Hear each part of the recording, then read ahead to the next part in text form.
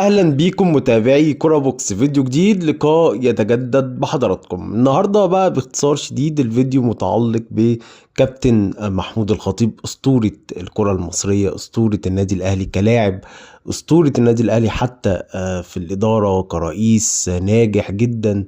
واحد من انجح رؤساء الاهلي عبر التاريخ، بل هو الانجح بالارقام، بلغة الارقام لو اتكلمنا يعني.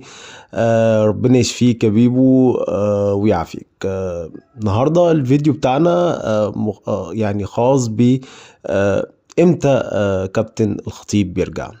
من خلال مراسلنا في النادي الاهلي، مراسل كرة بوكس في النادي الاهلي، فيعني من اكتر من مصدر اكد جوه مجلس اداره النادي ان مفيش ميعاد محدد لعوده كابتن محمود الخطيب.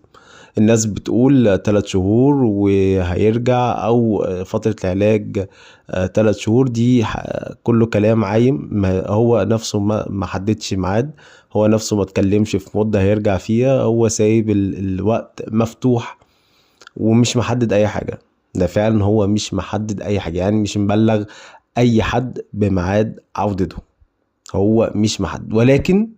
ولكن في نقطة مهمة جدا، من خلال الكونسولت الطبي يعني اللي موجود في النادي الأهلي، واللي طبعا يعني مشرف على علاج كابتن محمود الخطيب. وكابتن محمود الخطيب يعني مع طبيب مباشرة في فرنسا، وفي طبعا مجموعة أطباء مختصين بالملف الطبي الكامل لكابتن الخطيب يعني.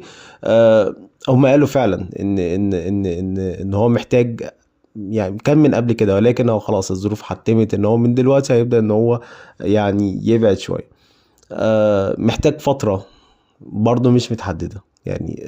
من خلال مصادر في اللجنة الطبية في النادي الأهلي بشكل عام، المشرفة على أو اللي هي بتطلع على تطورات علاج كابتن محمود الخطيب، برضه مفيش وقت محدد لأن هو يرجع امتى، او فترة العلاج هتكون امتى.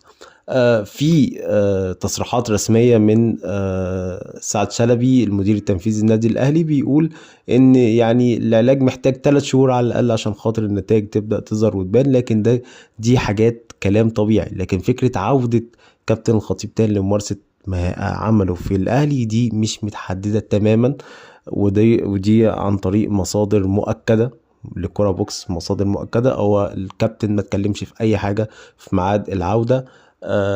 كل المختصين او كل المشرفين على ملف علاجه بشكل عام ما اتكلموش وما حددوش ميعاد امتى يرجع يقعد تاني على الكرسي، امتى يرجع تاني يناقش ملفات، امتى يرجع تاني يكون موجود في النادي الاهلي بصفة يومية كعادته. يعني هو خطيب يعني من الناس اللي هي كانت دايما موجودة، دايما راجل اللي هو صاحب القرار.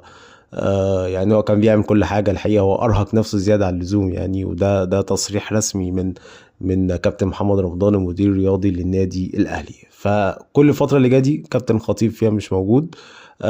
كل فترة اللي جاية ديت مش 3 شهور بس، الله أعلم ممكن تزيد. نتمنى طبعا انها تقل، لكن يعني مقدمات او مؤشرات بتقول ان ممكن الفترة دي كمان تزيد.